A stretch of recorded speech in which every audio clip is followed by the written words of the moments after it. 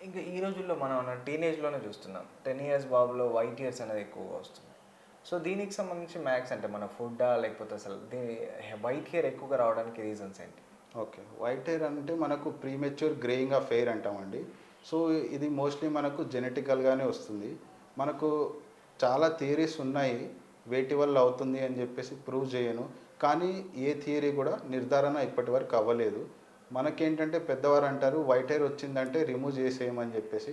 కానీ ఆ థియరీ కూడా మనకు వర్కౌట్ అవ్వదు. సో, రూట్ నుంచే మనకు మెలనోసైట్ అనేది ఉంటుంది. అది కలర్ ఇవ్వడం అనేది ఆపేస్తుంది.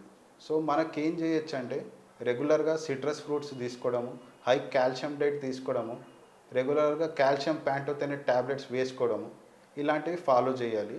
మనకు ప్రీమెచ్యూర్ గ్రేయింగ్ ఇన్ కేస్ ఫాదర్‌కి ఏదన్నా 20 ఇయర్స్, 30 ఇయర్స్ బిఫోర్ వచ్చిందంటే మాత్రము నెక్స్ట్ వచ్చే పిల్లలకు ఇంకా ఫాస్ట్‌గానే వస్తుంది.